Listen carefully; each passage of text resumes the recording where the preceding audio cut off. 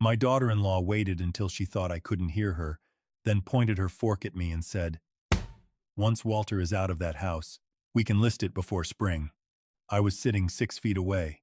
My son Nathan kept carving the roast. "Not tonight," he muttered. Melissa glanced at me. "Why not? He can't hear us." I kept chewing. 3 days earlier, doctor, Maya Collins had fitted me with new hearing aids. For the first time in years, I could hear Linda's old kitchen clock ticking across a room. My family didn't know. At that moment, I decided they wouldn't. Before we continue, subscribe and tell us in the comments where you're listening from today. "Dad?" Nathan said loudly. I looked up. "Hmm?" He raised the gravy boat. "Gravy? Oh, no thank you." Melissa smiled. For 12 years, my family had gradually learned to talk around my hearing loss. 38 years inspecting aerospace components had taught me never to announce a defect before I knew whether it was isolated or part of a larger failure. So I said nothing. Rachel asked Ethan about college. My grandson leaned toward me. "How are the new hearing aids, Grandpa?" Nathan's knife stopped against the cutting board. "Still getting used to them," I said. "Better?" Ethan asked. Melissa answered first. "At Walter's age, they can only do so much." I looked at her. "What was that?" I said. "The roast needs salt." Nathan resumed carving.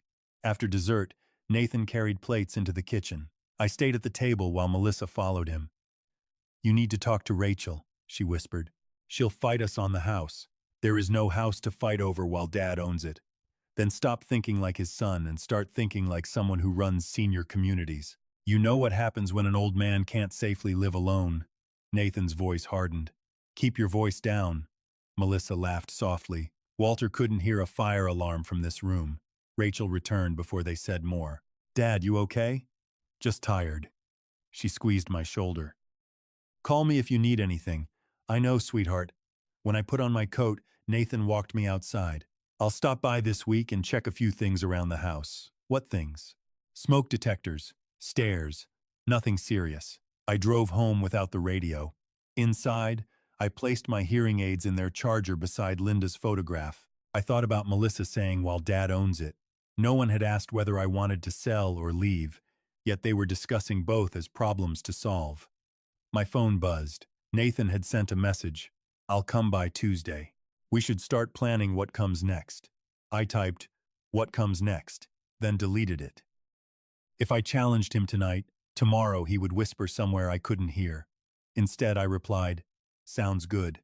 Then I turned the television louder than necessary. For 12 years, my family had treated my deafness as a wall. Tonight I discovered it had become a window. And until I knew why my son was discussing my home as if I had already lost the right to live there, I intended to keep that window open. Nathan arrived Tuesday morning carrying coffee and a smile I recognized from the way he spoke to nervous families at his senior communities. "Thought I'd check a few things while I'm here." He looked toward the staircase. "You still go up there every night?" "Bedroom's been upstairs for 41 years. Any falls?" "No." "Dizziness?" "No." "Missed medication?" I stared at him. "Did you bring breakfast or a questionnaire?" He smiled. "I'm your son. I'm allowed to worry. Worry usually doesn't need notes." Nathan slipped his phone into his pocket. "Fine. Let me check the smoke detectors." I followed him through the house. He photographed a loose rug, the basement steps, and a box near the hallway. He didn't photograph the new handrail I'd installed last month. 38 years in quality control had taught me that what someone leaves out can matter as much as what they record. Melissa arrived 20 minutes later. She stood at the front window studying the yard. "You still have almost half an acre, Walter? Unless somebody moved the fence. Homes around here are selling fast." Nathan turned. "Melissa." She shrugged. "I'm a broker. I notice things." "Nobody is selling your house, Dad," Nathan said.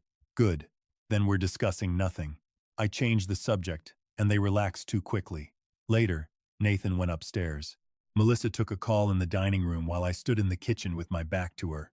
"No, don't prepare a listing," she whispered. "Just a valuation. I need to know what we're dealing with." My hand tightened around my mug. "Nathan says we may need options soon." Footsteps sounded on the stairs. Melissa ended the call. Nathan entered and looked at me. "Everything okay?" "Coffee's cold." His eyes moved to Melissa. "Did you hear her talking?" Was she talking? I asked.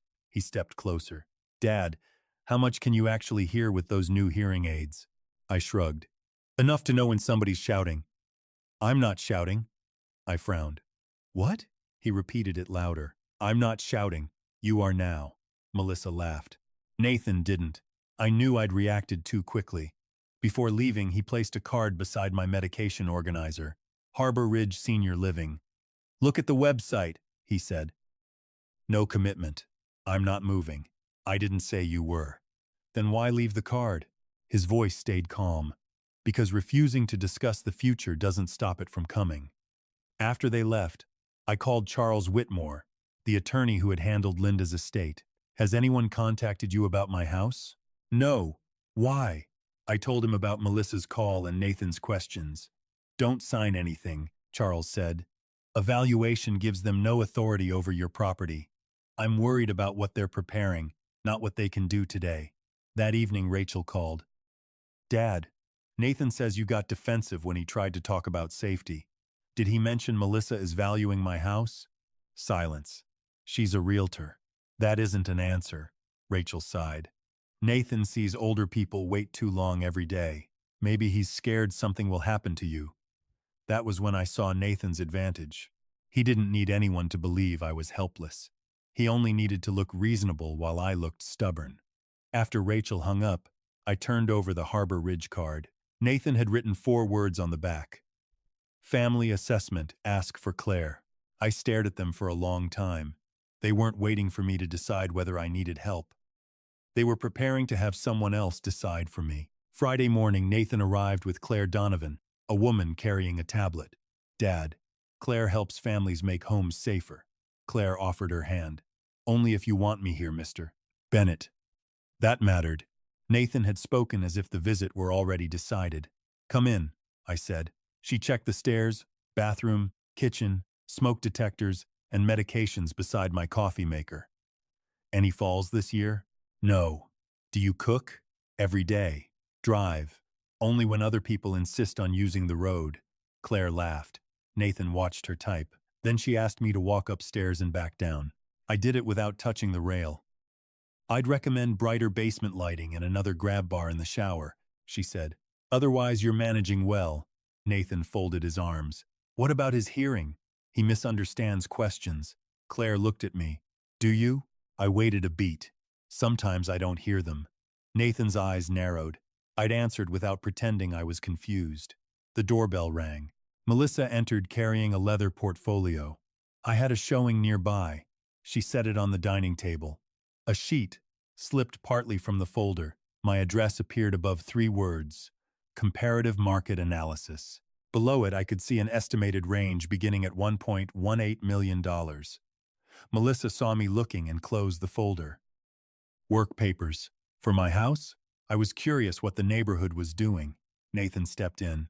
Dad, nobody is selling anything. Claire returned from the hallway. I'll send Mr. Bennett my recommendations directly. Any future assessment should be his choice. Nathan smiled.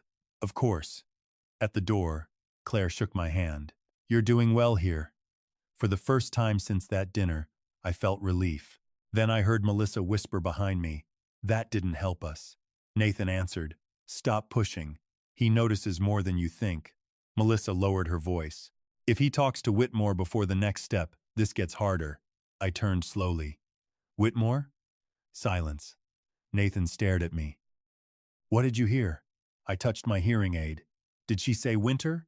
Melissa laughed. Nathan didn't. Dad, look at me. He lowered his voice almost to a whisper. Can you hear this? Every word reached me. I frowned. Hear what? He held my eyes, then smiled. Nothing. When they left, I called Charles. I told him about the valuation and assessment. Come Monday, he said. Bring everything Nathan has given you. And Walter, don't pretend to be confused just to protect your secret. Hearing loss and cognitive impairment are different. Don't give anyone material to blur them. That evening, Ethan called. Grandpa, Dad asked me something weird. He wanted to know if your hearing aids connect to your phone or record things. My grip tightened. What did you tell him? That I don't know. He hesitated. But I can't keep lying to Dad for you. I closed my eyes. Ethan wasn't my spy. He was 19 and still depended on his parents. Then don't lie. If he asks again, tell him to ask me. Can you really hear better? Yes. Silence. Does Dad know? Not yet. He's starting to wonder. After we hung up, I sat beside Linda's photograph and replayed the day. Claire's assessment had gone in my favor. Melissa had exposed her interest in the value of my house. But Nathan had learned something more useful than either of those things. I might not be as deaf as he believed. My advantage existed only while he felt safe speaking around me. If I pushed too hard now, the conversations would disappear behind closed doors. I had wanted proof that my family was planning something. Instead, I had given my son a reason to start hiding it. Monday morning, Charles Whitmore read Claire's assessment and my notes without interrupting. Nathan still has no authority over your house, money, or medical decisions, he said. Then why does it feel like he's building a case? Because he may be building a story. Those are different things. Charles tapped the report. Claire found you capable of living independently. That helps. But stop pretending you don't understand people. I pretend I can't hear them. You know the difference. A stranger may not. For weeks, I had treated my hearing loss like camouflage. Nathan could turn that same camouflage into evidence that I was confused. So what do? Be yourself. Don't perform weakness. And don't accuse anyone until you can prove what they're doing. Nathan called that afternoon and invited me to lunch. He chose a noisy diner. How's the hearing? He asked. Better some days than others. Then he lowered his voice. Did you tell Whitmore we're trying to steal your house? I heard him perfectly and answered too quickly. I never said steal. Nathan stopped stirring his coffee. I barely said Charles's name. He had set a trap, and I had stepped into it. I touched my hearing aid. Maybe these things work better than I thought. Nathan smiled. Maybe. After that, he changed. No whispers. No careless remarks. When Melissa arrived, he took her outside to speak. I couldn't hear a word. My secret had stopped giving me access. It had taught my son to close the door. 2 days later, Karen Price from County Adult Services rang my bell. We received a concern about an older adult living alone. I wanted to ask whether Nathan had sent her. Instead, I let her in. She checked my kitchen, medications, and stairs. Do you ever become confused during conversations? No. I sometimes don't hear them. The report mentions repeated difficulty answering simple questions. I knew exactly which moments those words described. Gravy at dinner, questions I'd asked people to repeat, misunderstandings I'd deliberately exaggerated. My own performance had been stripped of context and turned into something uglier. Hearing loss isn't confusion, I said. I agree, Karen replied. That's why I'm speaking with you directly. She left, but someone had begun putting those moments on paper. I called Nathan. Adult Services came to my house. Why are you telling me? Someone reported me as confused. Did you call them? A pause. Listen to yourself, Dad. You hear something you don't like and decide I'm behind it. Answer me. I'm not doing this while you're worked up. He hung up. An hour later, Rachel called. Dad, Nathan says you accused him of reporting you to the county. I asked him a question. He says you've become suspicious of everyone. Melissa valued my house without asking me. She's a realtor. Nathan brought someone here to decide whether I can live alone. You agreed to the assessment. Every answer was technically true, and together they made me sound unreasonable. Rachel, do you trust me? She went quiet. I love you, Dad. That's not the same question. That hurt more than I expected. Then she said, until we understand what's happening, I want Nathan with us whenever we discuss the house or your future. And please don't make any big financial decisions alone. After the call, I sat beside Linda's photograph and stared at my phone. Nathan hadn't taken my house or touched my bank account. He had done something smarter. He had taken ordinary moments, including mistakes I had deliberately made, and arranged them until my own daughter was afraid to trust my judgment. For the first time, I understood the danger. If I kept pretending to be weaker than I was, Nathan might not need to prove anything about me. I might help him do it. Rachel came over Saturday carrying one of Linda's old casserole dishes. I thought we could have lunch. From the way she kept her purse on her shoulder, I knew lunch wasn't the real reason. After 20 minutes of small talk, she put down her fork. Dad, tell me the truth. Are you scared? Of getting old? Of losing control? I looked at my daughter. Nathan had given her a question that sounded like compassion. I'm scared of people making decisions for me while calling it love. Rachel's face tightened. Nathan isn't your enemy. Did I say he was? You don't have to. She stood. He told me you met with Whitmore. Charles has been my attorney for 23 years, right after Nathan suggested senior living, because Melissa valued my house without asking. Rachel turned. Mom wanted you to sell this place. The room went still. What? Before she died, she told Nathan this house would become too much for you. Were you there? No, Nathan told me. Then don't tell me what your mother wanted as if you heard it from her. Rachel grabbed her purse. This is why we're worried. Every conversation becomes an interrogation, because everyone keeps speaking for a dead woman who can't correct them. Her eyes filled. Maybe we're speaking because you won't accept she's gone. She left before I could answer. I stood at the sink holding Linda's casserole dish. For the first time, Nathan had made me doubt myself. Linda had worried about me. During her last winter, she'd made me promise to stop climbing ladders. Had she also asked Nathan to move me someday? I went to her bedroom closet, where 2 boxes had remained unopened since the funeral. Inside one was the small planner Linda carried through chemotherapy. I wasn't looking for evidence. I wanted my wife's words without anyone interpreting them for me.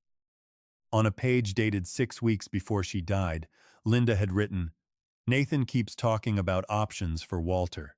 He means well, but he forgets his father needs purpose more than supervision. I sat on the floor. The next line hurt worse. I told him clearly the house is Walter's decision.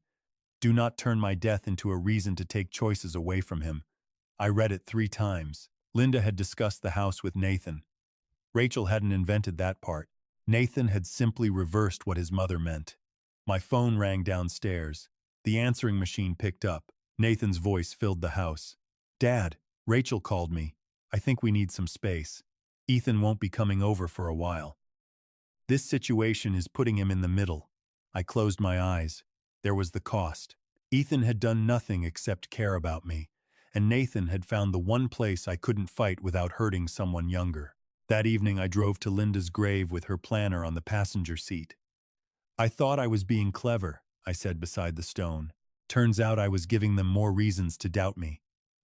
I had spent weeks protecting my house because every room still contained Linda. But I wasn't fighting for furniture. I was fighting for the right to decide when a memory became too heavy to carry. When I returned home, an envelope was beneath my front door. Inside was a Harbor Ridge brochure and a note in Nathan's handwriting. Mom asked me to look after you. I won't apologize for keeping that promise. For a moment, the words almost worked. Then I opened Linda's planner again.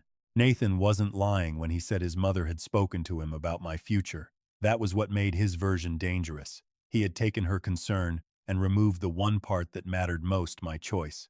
And now he had Rachel questioning my judgment, and Ethan kept away from me. Nathan hadn't taken my house. He had done something more painful. He had begun taking my family while telling everyone he was only keeping his mother's promise.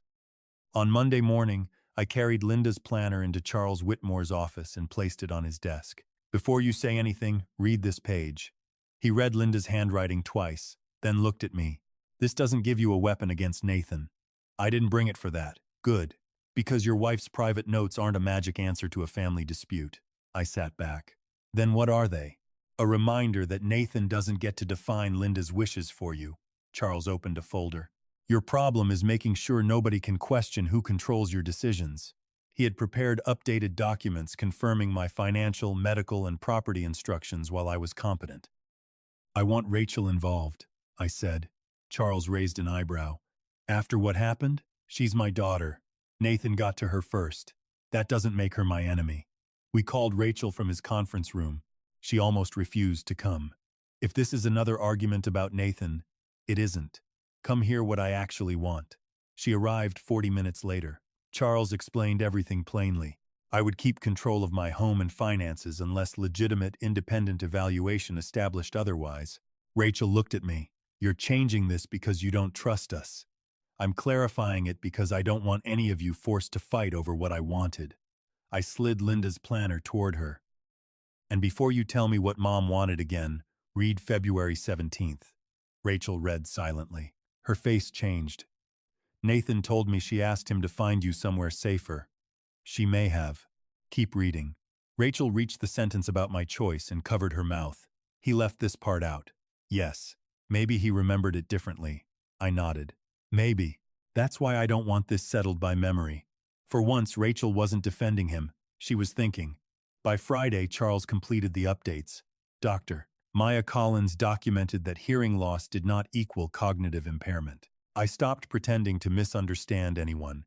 When Nathan called, I answered his questions clearly.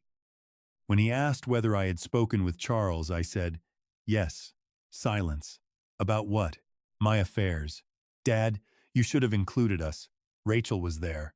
Another silence, longer this time. Rachel? She wanted clarity too. Nathan's voice cooled. So now you're turning her against me? No. I'm making my own decisions. He hung up. That evening, Rachel came over with Linda's casserole dish again. This time she took off her coat. I owe you an apology. You owe me dinner. The apology can wait. She laughed. And for 2 hours we talked about Linda instead of Nathan. When Rachel left, I felt relief. My documents were clear. She had seen Linda's own words. Ethan even texted, "Miss you, Grandpa." I thought the worst might be behind me. The next morning, a certified envelope arrived. It wasn't from Nathan. It was from the corporate office of the senior care company where he worked. Inside was a notice confirming that Nathan Bennett had requested a formal family consultation regarding my progressive functional concerns and had listed himself as the primary family contact. Attached were dates, observations, and incidents going back months.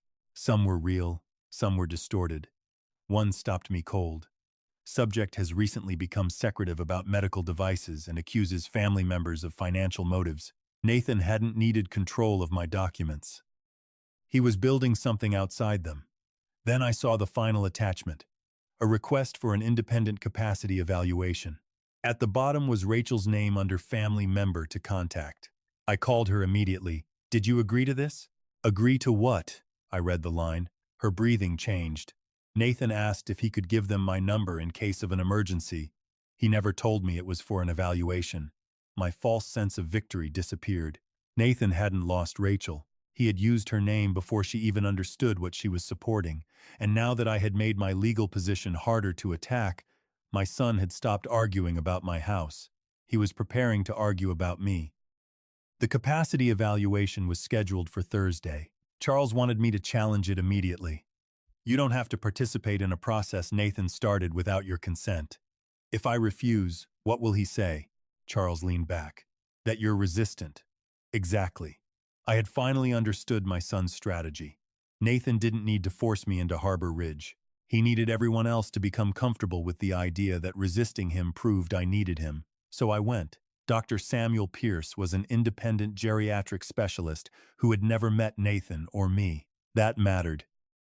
He asked about dates, medications, bills, driving, Linda's death, and why I believed my family wanted me out of my house.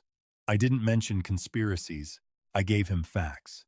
My daughter-in-law obtained a valuation without asking me. Nathan arranged a home assessment. Adult Services received a report describing hearing problems as confusion. Now I'm sitting here. Doctor, Pierce studied me. Could your son simply be worried? Yes. The answer surprised him. Then why are you concerned? Because worry asks what I want. Nathan keeps deciding what I need. 2 hours later, I left exhausted but confident. 3 days passed before Charles called. Pierce found no evidence that you lack decision-making capacity. I sat down. So it's over. This evaluation is favorable. Don't turn that into something larger than it is. I should have listened. Instead, I called Rachel. She cried with relief. That night, Ethan came over for the first time in weeks. He brought pizza and an audio project from college. Dad finally said I could come. I'm glad. He thinks this evaluation will calm everybody down. I almost laughed. Maybe it will. For one evening, my house sounded like home again. Then Nathan arrived. He didn't knock before using the key I'd given him years ago. He found Ethan and me at the kitchen table. I thought you were studying. Ethan stiffened. I finished. Nathan looked at me. Can we talk? We're talking now. Alone. Ethan started gathering his laptop. Stay, I said. Nathan's jaw tightened. Don't put him in the middle. Then stop using him as a reason we can't speak honestly. Nathan sat opposite me. Pierce says you're competent. Fine. I'm glad. You don't sound glad. Because competence isn't the same as safety. He opened his phone and placed it between us. Photographs appeared. My loose hallway rug, the basement stairs, medication beside the coffee maker, my car parked crooked at a grocery store. You've been documenting me. I've been paying attention. To what? Rugs? To patterns. He swiped again. A photograph showed me outside Linda's grave after dark. You followed me there? Ethan looked at his father. Dad, that's messed up. I didn't follow him. Melissa saw his car when she was driving past. At a cemetery? I asked. Nathan ignored that. You live alone. Your hearing is poor. You hid how well the new devices worked. You accused us of wanting your money. You changed legal documents without telling me. They're my documents, and that's exactly what Pierce confirmed. You can make your own decisions. He leaned closer, including bad ones. For the first time, I saw how he intended to survive losing the capacity argument. He wasn't going to call me incompetent anymore. He was going to call me competent but unsafe, and make every future accident look like proof. What do you want? I asked. A trial stay. 30 days at Harbor Ridge, independent apartment. Keep your house, keep your car. Nothing gets sold. The offer was intelligent because it sounded reasonable. And if I say no, then nothing happens today. Nathan stood. But when something does happen, Rachel and Ethan will know I tried. Ethan stared at him. That's not fair. Nathan turned to his son. You think this is about a house because Grandpa wants you to think it's about a house. Nathan, he looked back at me. Mom died worried about you. That sentence hit exactly where he intended. Don't use Linda. I'm not using her. I'm remembering her. He left without another word. Ethan stayed, but the warmth was gone. Grandpa, would 30 days really be that terrible? I looked at him. Nathan had failed to prove I couldn't make decisions, so he had done something smarter. He had made refusing his solution look selfish. No, I said. 30 days wouldn't be terrible. Ethan seemed relieved. Then I added, but that's no longer the question. After he left, I found an email from Harbor Ridge waiting in my inbox. Nathan had already reserved an apartment in my name for a 30-day trial beginning December 20th, 5 days before Christmas. No deposit had been charged, and the reservation could be canceled. Legally, he had committed me to nothing. Emotionally, he had done exactly what he wanted.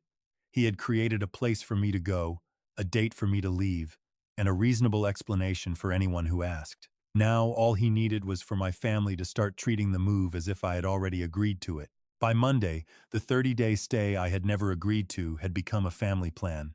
Rachel called before breakfast. Nathan says Harbor Ridge has a nice apartment available. Nathan says a lot of things. Dad, I'm not taking his side. I'm asking whether trying it would hurt. What happens to my house while I'm there? She hesitated. Nothing. Then why did Melissa have it valued before anyone asked me to leave? Silence. I don't know. Neither do I.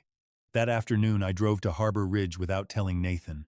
If my family expected me to reject the place because I was stubborn, I wanted to see it myself. The apartment was clean, bright, and comfortable. People played cards near a fireplace. A woman about my age was teaching another resident how to use a tablet. I hated how much I liked the place, because Nathan had chosen his battlefield carefully. Claire Donovan recognized me near the lobby. Mr. Bennett, are you considering the trial? Apparently everyone is except me. Her expression changed. Your son told our office the family had discussed it. He discussed it with the family. That's different. Claire lowered her voice. Then you should know nothing here can proceed without your agreement. I know. Good. She paused. For what it's worth, your son asked whether residents can extend a trial without returning home first. I looked at her. When? Last week. The question didn't prove anything, but it changed the meaning of Nathan's 30 days. He had called it temporary, while already asking how temporary could become permanent. When I returned home, Melissa's SUV was in my driveway. She stood in my living room with Nathan and Rachel. 2 cardboard boxes sat beside Linda's bookcase. What are those? I asked. Melissa answered first. Just helping you prepare. Prepare for what? Nathan stepped forward. Harbor Ridge.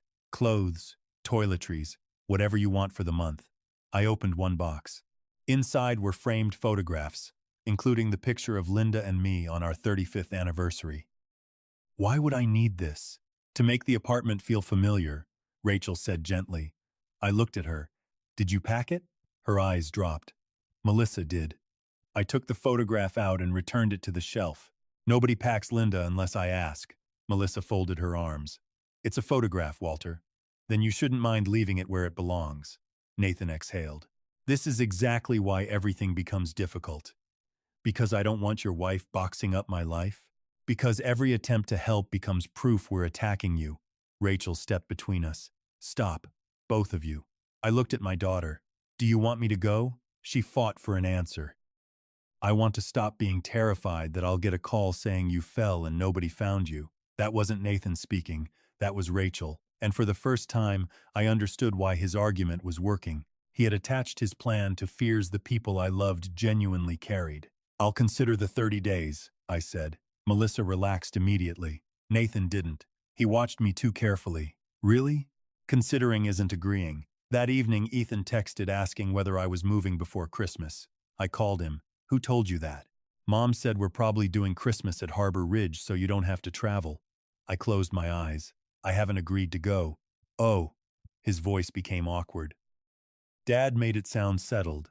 The next morning I called Nathan. Christmas stays at my house. Dad, Linda hosted Christmas here for 39 years. If I ever leave this house, I decide when I have my last Christmas in it. He was quiet. Fine. Christmas at your place. He agreed too easily. 2 days later, Rachel came by alone. She looked exhausted. Nathan asked me to hold your car keys during the Harbor Ridge trial. And what did you say? No. Relief came too quickly.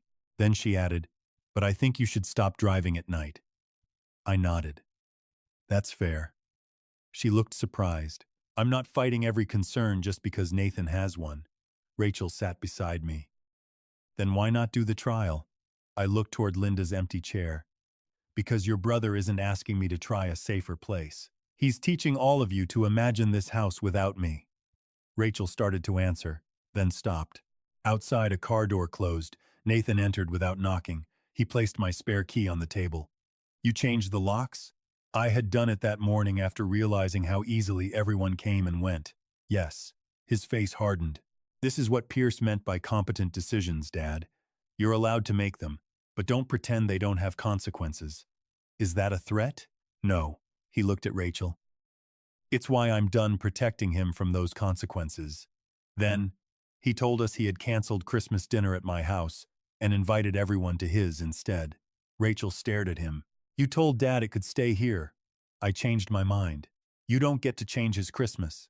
Nathan looked directly at me. Neither do I. Everyone can choose where they want to be. Then he left. On Christmas morning, I set Linda's old dining table for 8 anyway. At 4 o'clock, every place remained empty. Rachel had texted that she couldn't bear choosing sides. Ethan said his father wouldn't let him come alone. I sat in the house I had fought so hard to keep, surrounded by the things I thought I was protecting, and finally understood Nathan's strongest move. He didn't have to remove me from my home. He could make keeping it cost me everyone I wanted inside it. At 5:30, I was still sitting alone at Linda's Christmas table when I realized I had made the same mistake Nathan wanted me to make. I had turned my house into a test of loyalty. Linda never used Christmas that way. She would have dragged me out by my collar before letting pride decide where I spent it. I removed my hearing aids, slipped them into my pocket, took Linda's planner from the drawer, and drove to Nathan's house. Through the front window, I could see everyone around the table. Rachel noticed me first. She stood so quickly her chair struck the wall. Nathan opened the door. Dad, you said everyone could choose where they wanted to be. I held up Linda's pecan pie. I chose here. For a second, he had no answer. Then he stepped aside. Ethan hugged me. Rachel whispered, I'm sorry. Not tonight. Melissa brought another chair. We're glad you came, Walter. Her smile said something else. I sat at the end of the table and left my hearing aids in my pocket. Nathan noticed immediately. Forgot those? He pointed at my ears. I leaned forward. What? Something passed between him and Melissa. They thought I had arrived hurt, stubborn, and deaf again. Dinner continued. I laughed when others laughed and asked people to repeat harmless questions. Slowly, the room relaxed. Then Melissa leaned toward Nathan and whispered, "Maybe this is better.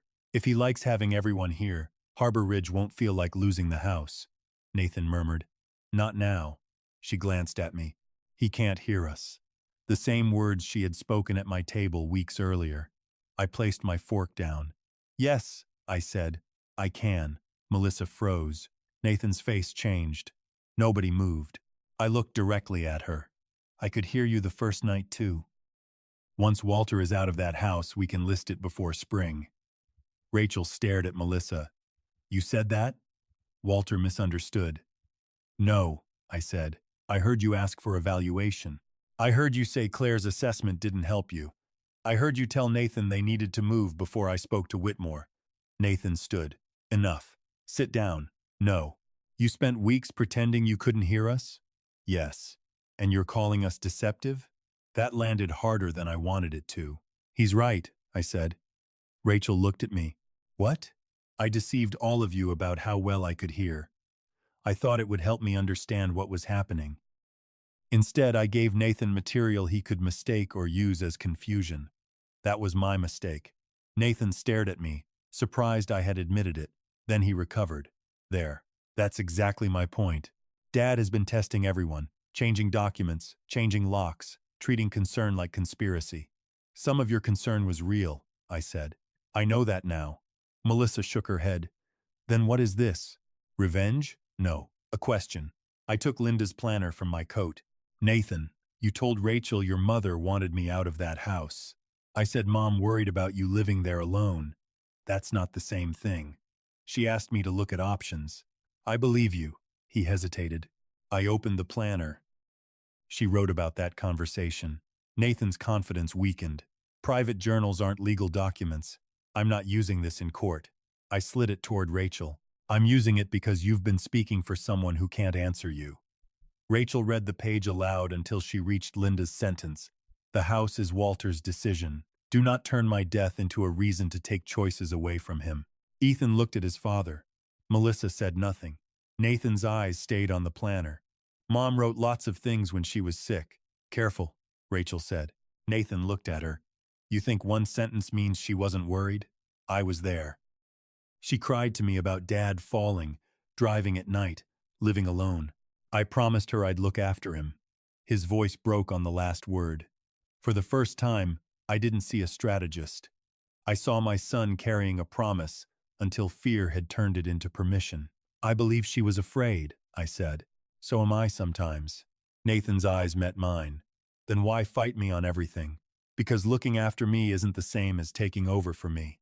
Melissa interrupted. "And the house? Are we supposed to pretend maintaining $1 million property alone makes sense forever?" "No. But you valued it before asking what I wanted. Because somebody had to plan ahead. For me or for the sale?" She didn't answer. Nathan did. "Dad, nobody can sell your house without you. Pierce says you're competent. Whitmore protected your documents. What exactly do you think you've won tonight?" That was the question that mattered. I could expose every cruel sentence I'd heard and turn Christmas into a trial. Instead, I looked at Ethan, then Rachel. "Nothing, if winning means making this family choose sides." I turned to Nathan. "I'm not going to Harbor Ridge on December 20th. I canceled the reservation this afternoon." Melissa's mouth opened. "But I will visit again in January, on my terms. If someday I decide it's right for me, I'll move. If I decide to sell the house, I'll choose when and who handles it." I looked at Melissa. "It won't be you." Her face hardened. Nathan remained standing. "And if you fall next week, then you help me get up. You don't use the fall to claim the rest of my life." Silence filled the room. Ethan finally spoke. "Dad, Grandpa isn't saying he never needs help. He's saying help isn't supposed to be a trap." Nathan looked at his son, and something in him gave way. Not defeat, something more painful. Recognition. He sat down. I thought the confrontation was finished until Rachel turned another page in Linda's planner. "Dad," she said, quietly, "there's something here about Nathan."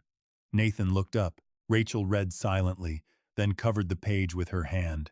Her expression changed completely. "Walter, Melissa said. What does it say?